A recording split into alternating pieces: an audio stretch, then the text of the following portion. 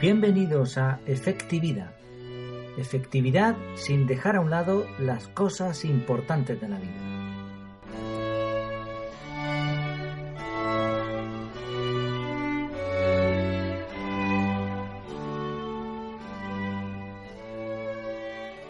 Imagina la siguiente situación. Estás conduciendo un coche cuando de pronto ves una familia en mitad de tu carril. Por el otro carril viene en dirección contraria otro coche a toda velocidad. No da tiempo a frenar y la carretera está acotada, así que solo hay dos opciones. Continuar recto y atropellar a la familia o dar un volantazo y chocar contra el coche que viene de frente. ¿Cuál es la decisión correcta? Bueno, hoy vamos a hablar de decisiones, pero antes de nada, esto es una ilustración. No se va a dar este caso nunca en la vida. Probablemente a nadie se le dé este caso. Sin embargo, curiosamente, esta es una de las muchas preguntas que se están usando para que la inteligencia artificial pueda decidir por nosotros. Por ejemplo, al conducir coches autónomos. Porque los robots, por muy capaces que sean, no tienen intuición, no tienen capacidad de razonamiento. Así que hay que darles todos los supuestos posibles. Y para darle ese supuesto y la solución, pues se tiene primero que preguntar a personas, ¿no? Para saber qué se decidiría. Pero es un buen método para saber, ¿no? Ponerse en estas tesituras, ¿qué es lo que haríamos nosotros? Claro, no todas las decisiones son tan importantes. Sin embargo, hasta las pequeñas decisiones hacen de nosotros lo que somos. Somos la suma de nuestras decisiones. Hay gente que cuando se ve en cierta situación, en un momento de su vida, intenta excusarse con las circunstancias. No, es que, claro, a mí me pasó esto. Y sí, es verdad que influye, la genética influye, el lugar donde nacemos, todo influye. Pero realmente la mayoría de las veces son las decisiones las que nos van moldeando poco a poco. Una cosa lleva a la otra. Y cuando nos vemos en el espejo y nos preguntamos cómo he llegado hasta aquí, la respuesta es por las decisiones que he tomado, ¿no? Se ciega, ¿no? Se recoge lo que se siembra. Y si te preguntas qué será de mí en el futuro, la respuesta será también depende de las decisiones que tomes a partir de ahora. La vida es como un camino lleno de bifurcaciones. Puedes tomar un camino u otro, pero no puedes tomar los dos a la vez. Puedes decidir ponerte esta ropa en particular o esta otra. A lo largo del día decidimos muchísimas cosas, la mayoría sin importancia, pero otras sí la tienen. ¿Qué trabajo voy a escoger? ¿Qué coche? ¿Con quién me caso? ¿Qué voy a estudiar? ¿Qué religión tengo? ¿Qué casa compro? ¿Compro o alquilo? ¿Decido responder o callar? Y no decidir también es una decisión. Decidimos no decidir. Está claro que decidir es importantísimo. Bueno, teniendo en cuenta esto, una pregunta. ¿Tienes un sistema para decidir? La mayoría de la gente responde a esta pregunta que no tiene un sistema, decide y punto. Quizá porque llevamos toda la vida haciéndolo, nadie nos lo ha enseñado y decidimos en base a nuestra conciencia, nuestra experiencia, lo que nos dicen, pero hay que tener un sistema, un mínimo sistema para decidir. Eso será clave, fundamental en lo que nos sucederá a partir de ahora y lo que nos ha sucedido a partir del momento en que empezamos a decidir. Para empezar hay dos extremos que tenemos que evitar. Uno es no decidir y otro es analizarlo todo hasta la saciedad y esto se le llama parálisis por análisis. El primero, no decidir. Hay muchas formas de no decidir. Por ejemplo, decidir rápido, sin pensarlo. Eso es no decidir. Hemos tomado una decisión, sí, pero ¿realmente en qué se ha basado esa decisión? Otra forma de no decidir, dejar que pase el tiempo de forma pasiva. A verlas venir, ¿no? En electrónica, en el trabajo que yo hago, muchas veces se rompen cosas y uno no sabe muy bien, o en informática también, ¿no? No sabe muy bien dónde está el problema y a veces pues lo dejamos ahí, a ver si se soluciona solo. Esto no funciona, el error sigue estando ahí. Si sucedió una vez, sucederá más tarde y seguimos sin saber qué es lo que ha pasado, ¿no? Así, dejar que pase el tiempo, dejar que las cosas se arreglen solas, es una forma de no decidir. Otra forma de no decidir es tener miedo a lo que pudiera pasar. Tenemos miedo, la decisión es importante, no queremos afrontarla y pues no decidimos. También están las creencias, costumbres. En estas cosas tampoco decidimos. Lo hacemos porque sí, porque se ha hecho así, ¿no? Pero cuando uno se para y piensa, ¿y esto por qué lo estoy haciendo? ¿Realmente quiero hacerlo o me lo han impuesto? Si no tomas decisiones, otros lo van a hacer por ti. Y seguramente no estén pensando en que te vaya bien. A lo mejor sí, pero tampoco es lo normal, ¿no? Si este es un extremo, no decidir. El otro extremo era la parálisis por análisis. pensar tanto en todas las opciones que tenemos que al final no decidimos nunca. Queremos analizarlo todo, pero resulta que no hay una decisión perfecta. Hay una frase que decía, ¿cómo puedes saber si la decisión es correcta si no la tomas? Y es verdad, ¿no? Aparte de que no se pueden analizar todos los factores, porque no tenemos esa capacidad, ni siquiera los ordenadores pueden analizar todos los factores envueltos en una situación. Aparte de eso, hasta que no tomamos la decisión, muchas veces no vemos los resultados, ¿no? Entonces hay que tomar la decisión. Podemos analizar todo lo que queramos, pero llega un momento que hay que tomarla, ¿no? Hay sistemas de decisión como por ejemplo el árbol inductivo, hay gente que se hace unas hojas de Excel, encuestas, o por ejemplo, ¿no? Un caso muy común es al elegir candidatos para una empresa. No puedes entrevistar al mundo entero, porque no compensa. Al final resulta que lo que podrías ganar en encontrar una persona mejor, pues resulta que lo has perdido en tantas entrevistas, ¿no? Y aún así no sabes si te va a salir bien esa contratación que vas a hacer. De hecho, muchas veces, a más datos, más confusión. Lo importante no es tener muchos datos, sino tener los necesarios y que sean acertados. Aquí podríamos aplicar la regla 20-80, ¿no? De la cual hablaremos más adelante en otro capítulo. Muchas veces el 20% de los datos te dan el 80% de los resultados, ¿no? Entonces, no es cuestión de conseguir todos los datos y hacerse una planificación ahí, sino tener los datos adecuados, porque si no, estamos parados analizando y la decisión se queda ahí pendiente, ¿no? Aparte de razonar, el ser humano tiene intuición. Esto es una cosa que no pueden tener los ordenadores de momento, ni los robots, ¿no? Hay un libro interesantísimo sobre inteligencia emocional, se titula así, Inteligencia emocional, que cuenta el caso de dos investigadores que se unieron. Uno era experto en microgestos y el otro en predicción de divorcio. Entonces se juntaron, ponían una cámara, empezaban a entrevistar a parejas y les hacían preguntas. Al principio hacían muchas preguntas y lo que intentaban era predecir si se iban a divorciar o iban a estar juntos tiempo después.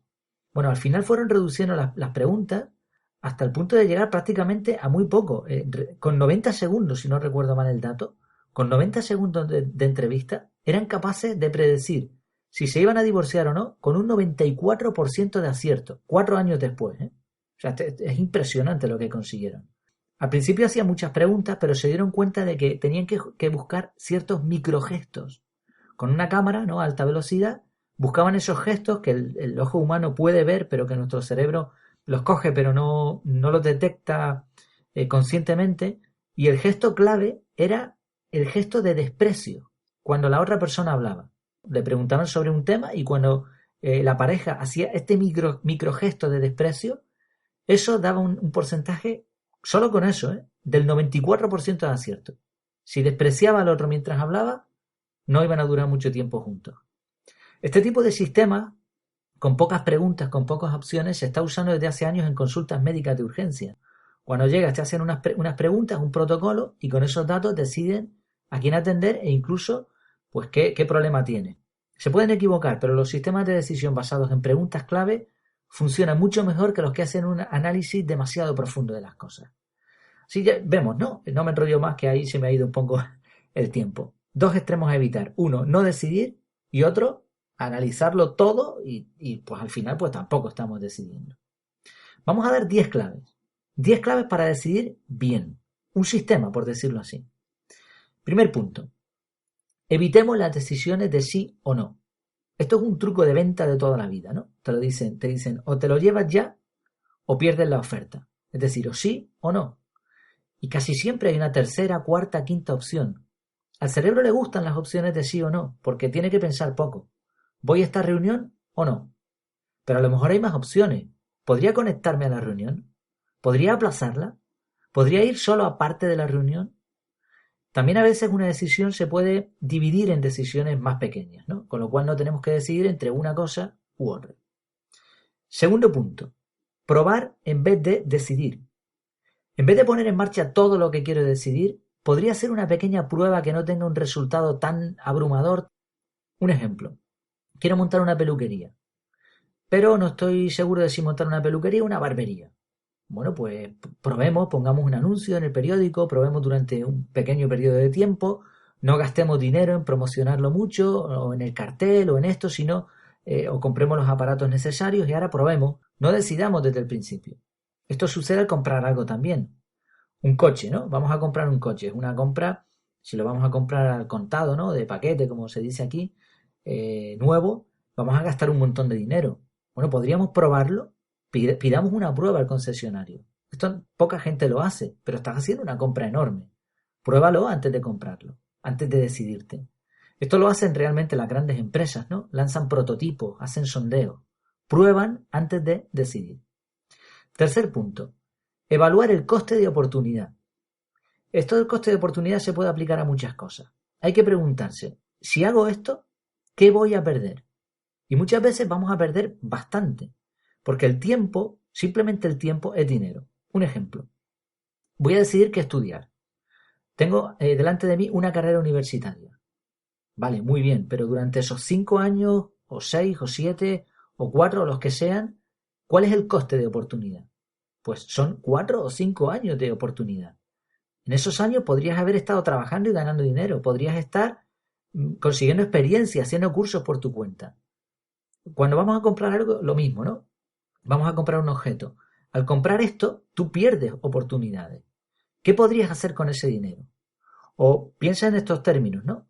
¿Cuánto tiempo necesitas para conseguir ese dinero? ¿Cuántas horas de tu trabajo, cuántas jornadas tienes que perder o gastar para comprarte ese objeto?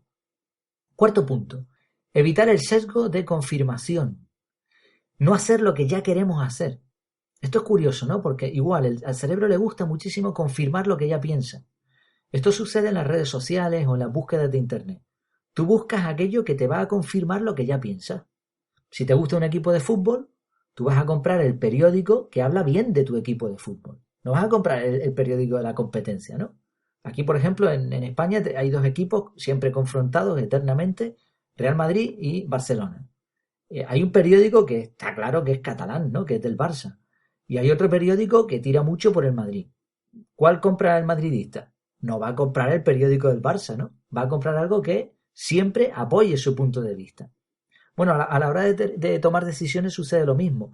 Si nos hacemos un juicio antes de seguir todos estos pasos, antes de hacer este sistema, pues claro, después vamos a intentar que lo que vamos a decidir encaje con lo que nosotros ya habíamos pensado. Y a veces tenemos que evitar incluso presiones externas, ¿no? Cuando nos preguntan, bueno, ¿tú qué decidirías? Pues no lo sé, tengo que pensar, tengo que utilizar mi sistema. No, pero ¿qué haría?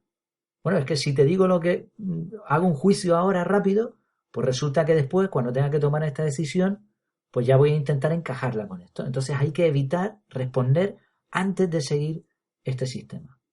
Quinto punto, ver cómo le fue a otros. Esto es muy útil. Por ejemplo, en las páginas de compraventa, en las páginas de apartamentos, de otro tipo de cosas así parecidas, hay valoraciones, restaurantes también. Entonces, miremos las valoraciones. Es muy útil ver lo que otros han opinado. Y también es muy útil tomar nuestras propias anotaciones, porque muchas veces hay decisiones que tenemos que repetir, ¿no? ¿A dónde me voy a ir de vacaciones? Bueno, pues si el año pasado me fui a este sitio y no me gustó, el cerebro no se acuerda muchas veces de lo que la memoria no evita recordar lo negativo, recuerda lo positivo. Entonces muchas veces nos olvidamos y cuando tomamos la decisión decimos, pero si esto ya yo lo sabía que esto iba a pasar, pero cuando tomé la decisión no te acordaste, no tuviste en cuenta eso. Entonces llevemos un listado, anotemos cosas que digamos, esto no quiero que me vuelva a pasar, o esto sí quiero que me vuelva a pasar. Sexto punto, encuentra a alguien que no esté de acuerdo. Pregunta a aquel que piensa distinto. Hay una frase que me gusta mucho, que la tengo de hecho en mi decálogo. Si piensas igual que yo, no me aportas nada. Y es verdad, ¿no? Había una figura en la iglesia católica, que se llamaba el abogado del diablo, promotor fidei. Era aquel que objetaba, exigía pruebas y buscaba errores en todo lo que se presentaba para canonizar, para hacer santo a alguien. Y no era negativo en realidad. En realidad esta persona era muy positiva, su figura, porque lo que hacía era buscar errores en el procedimiento para que el resultado fuese correcto, ¿no? Bueno, pues busquemos nuestro abogado del diablo. A lo mejor puede ser nuestra mujer, o si somos mujeres, pues nuestro esposo, o alguien que no opine como nosotros, que nos diga, mira, no, lo que vas a hacer no, yo creo que no. Y escuchemos con atención. Séptimo punto, no dejes que las emociones decidan por ti. Es muy importante esperar un poco antes de decidir. Las prisas son malas consejeras. Claro, no podemos tomar el mismo tiempo para todas las decisiones, ni muy rápido ni muy lento. Un truco que se me ha ocurrido, y no sé si lo verán bien, creo que tiene su lógica. Valoremos del 0 al 10 la importancia de la decisión que vamos a tomar y multipliquemos ese número por horas. Si la decisión no tiene importancia, pues entonces le pondríamos un 0. Por lo tanto, pues con unos minutos valdría para tomar la decisión. Pero si la decisión es trascendental, nos va a marcar nuestro futuro, pues le ponemos un 10. Pues venga, 10 horas. Y ahora marquemos eso en el calendario y dediquemos ese tiempo a pensar, a seguir todos estos pasos, a tomar notas, a meditar profundamente en la decisión que vamos a tomar. Hay que evitar las reuniones de última hora. A mí me molestan muchísimo este tipo de reuniones. Llegas a una reunión y dices, venga, hay que decidir esto, porque hay que... Sí, pero me has dicho antes que íbamos a tener esta reunión para decidir este tema. ¿Me has permitido pensar en mi casa antes de llegar aquí a la reunión? Claro, cuando esto se hace así a toda prisa, pues las decisiones normalmente pues son malas, ¿no? Por eso la regla, consúltalo con la almohada. Y no tomes decisiones por impulso, ni cuando te sientas desanimado. Ten en cuenta que es mucho más difícil perder algo que ganarlo. Hay una cosa curiosa que se llama la paradoja de Monty Hall. Son 3 puertas con premios, ¿no? Esto se utiliza mucho en los concursos televisivos de hacía un tiempo. Hay 3 puertas, 3 premios. En 2 de las puertas hay una cabra y en la otra un coche. Entonces el concursante elige una de las puertas. Sin abrir ninguna de las 3, o sea, el concursante no ve lo que hay detrás, pero el presentador sí. Entonces el presentador abre una de las puertas que esconde una cabra, de las 2 que el concursante no ha elegido. Y ahora después pregunta, quedan 2, ¿no? Ya está claro que en una puerta, ya la ha enseñado el presentador, hay una cabra. Ahora quedan la que eligió el concursante, no se sabe lo que hay, pero hay un coche o una cabra. En la otra, lo mismo, la que no eligió el concursante, hay un coche o una cabra. Entonces ahora el presentador pregunta al concursante, ¿te quedas con tu primera elección o cambias? La mayoría de las personas se quedan con lo que tienen, por una cuestión emocional. Es más difícil perder algo que ganarlo. Sin embargo, la estadística, aunque cueste mucho entender esto, pero la estadística, la matemática demuestra que tiene el 66% de probabilidades de ganar el coche si cambia de puerta. Esto está pensado así, ¿no? Porque lo que quiere el concurso es que no ganes, ¿no? En la mayoría de los casos. Y esto sucede también con las pérdidas en bolsa, ¿no? Nuestras acciones están perdiendo dinero, pero preferimos mantenerlas. Cuidado también con las comparaciones. No tomemos una decisión por lo que ha hecho otro. Otra emoción a evitar es la presión social. Hacer lo que todo el mundo hace, porque siempre se ha hecho así. Esto no aporta ninguna razón válida. Sí, lo mejor es buscar un momento adecuado para decidir y hacerlo en base a nuestros principios. Y para eso dedicamos también un capítulo hablando del decálogo de principios. 8º punto. Toma distancia. Los árboles no dejan ver el bosque. Cuando uno está en medio de un bosque, ve los árboles que tienen alrededor, pero no sabe lo que hay después. No sabe que eso es un bosque, entonces hay que salirse del bosque. Imagínate que no eres tú el que toma la decisión. Imagina que eres un vecino, un familiar. ¿Qué elegiría yo si la decisión la tiene que tomar otra persona? Y a veces cuando uno hace esta reflexión se da cuenta de que las cosas no tienen tanta importancia como parece. ¿Por qué? Porque claro, como somos nosotros quienes tomamos la decisión, pues siempre le vamos a dar mayor trascendencia. 9. Preparémonos para el error. ¿Qué es lo peor que me va a pasar? Y intenta pensar en modo ganar-ganar. Un ejemplo. Este podcast. Yo antes de decidir si lo iba a hacer, pensé, bueno, si funciona, genial, ¿te imaginas que me haga rico de pronto? No, bueno, esto no va a pasar. Pero si funciona, muy bien, fantástico, algo que he ganado, le gusta a mucha gente, etcétera. Pero si no funciona, bien también, porque yo le estoy dedicando un montón de tiempo, estoy aprendiendo, estoy dedicando un montón, bueno, no tanto, pero lo que dedico es tiempo en el que aprendo cosas y que me va bien, ¿no? Entonces, si en el mejor de los casos, bien, en el peor de los casos, bien también. Intentemos que nuestras decisiones sean de este tipo, que en lo mejor y en lo peor sea bueno. Si no, comparemos lo bueno con lo malo, no pasa nada. Ya estamos en el punto 9, hemos llegado casi al final. Usemos un folio dividido a la mitad. En una mitad positivo, cosas positivas. En otra mitad, las cosas negativas. Esto es muy sencillo, pero hay que hacerlo. La mayoría de la gente conoce este sistema, pero no lo hace. Se pueden poner más variantes, cuadrantes, pero esto es lo realmente importante. Cosas positivas cosas negativas. 10º punto, asumir el cambio. Las decisiones no son para siempre. Casi ninguna decisión es para siempre. Muchas veces se valora mucho aquel que toma una decisión y no la cambia, ¿no? Toma una decisión y la afronta y se dice, eso es un hombre, ¿no? Bueno, pues no. Tenemos que ser capaces de girar 180 grados sin inmutarnos. Y esto aplica muchísimo a los negocios, ¿no? Ponemos un negocio, no funciona, cambia. Igual en las acciones de bolsa también, ¿no? Inviertes en una acción, no funciona, cambia. Si te mantienes por eso que decíamos antes de no perder, pues al final te puede ir muy mal. Entonces hay que estar preparado para cambiar. Incluso no estaría mal tener un plan definido de cambio. Si esto pasa, bueno, pues yo entonces lo que voy a hacer es cambiar mi decisión. Que nos ven mal. Oye, es que tú dijiste, sí, yo dije eso en ese momento, pero es que ahora la situación ha cambiado y ahora digo esto. Donde digo Diego, digo Diego, ¿no? Algo así decía el dicho. No pasa nada. O sea, hay que estar dispuesto a cambiar, a girar, pero sin inmutarnos, sin que sea difícil. Tenemos 10 claves para tomar decisiones. Voy a dar una extra, y esta es la mejor de todas. Como llegamos al 10, pues es la regla 10, 10, 10. Pregúntate, si tomo esta decisión, ¿cómo me veré dentro de 10 minutos? ¿Cómo me veré dentro de 10 meses? ¿Y cómo me veo dentro de 10 años? Regla 10, 10, 10. Es buenísima. En casa la hemos puesto en práctica un par de veces y ha sido, creo yo, la clave para tomar decisiones y que después vemos que nos han ido bien. Bueno, resumo los 10 puntos y esta clave final, ¿no? Primero, evitar las decisiones de sí o no, buscar más opciones. Segundo, probar en vez de tomar la decisión ahí de golpe. Tercero, el coste de oportunidad. ¿Qué perdemos si tomamos una decisión? Cuarto, evitar confirmar los prejuicios que tengamos, los juicios que hemos hecho. Quinto, ver cómo le fue a otros. Sexto, buscar el abogado del diablo, alguien que no esté de acuerdo. Séptimo, no permitir que las emociones decidan. Octavo, tomar distancia, no darle a las cosas demasiada importancia. Noveno, prepararnos por si nos equivocamos, que es lo peor que me puede pasar, ¿no? Y décimo, estar preparados para cambiar. Hay un cuento que me gustó mucho sobre la toma de decisiones. Es muy breve, no les ocuparé mucho más tiempo. En un monasterio había un maestro, un guardián y un montón de discípulos. Cierto día el guardián murió y había que sustituirlo. Así que el maestro reunió a todos los discípulos para escoger a quién tendría ese honor.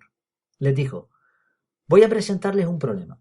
Aquel que lo resuelva primero será el nuevo guardián del templo. Trajo al centro de la sala un banco, puso sobre este un enorme y hermoso florero de porcelana con una hermosa rosa roja y señaló, este es el problema. Los discípulos, pues nos imaginamos, ¿no? Contemplaban perplejos lo que veían, los diseños raros de la porcelana, la elegancia de la flor. ¿Qué representaba todo aquello? ¿Qué tenían que hacer? ¿Cuál era el enigma? Todos estaban paralizados. Después de algunos minutos, un alumno se levantó, miró al maestro y a los demás discípulos, caminó hacia el florero con determinación y lo tiró al suelo. Usted es el nuevo guardián, le dijo el gran maestro, y explicó. Yo fui muy claro. Les dije que estaban delante de un problema. Moraleja, no importa cuál sea el problema. Los problemas tienen que ser resueltos. Hay que tirarse a la piscina, hay que actuar. Es mejor equivocarse por haberlo intentado que arrepentirse de no hacerlo. Esto ha sido todo por hoy. Por cierto, tienes una decisión que tomar. ¿Pondrás un comentario o un me gusta en este capítulo? ¿Una valoración de 5 estrellas en iTunes? No hace falta que te lo pienses mucho, esta decisión no es trascendental.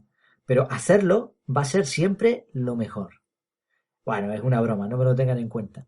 La próxima semana vamos a hablar de la organización del hogar. Casi seguro hablaremos de este tema, porque dependo de un par de factores. Si no, bueno, prometo que el tema será igualmente interesante.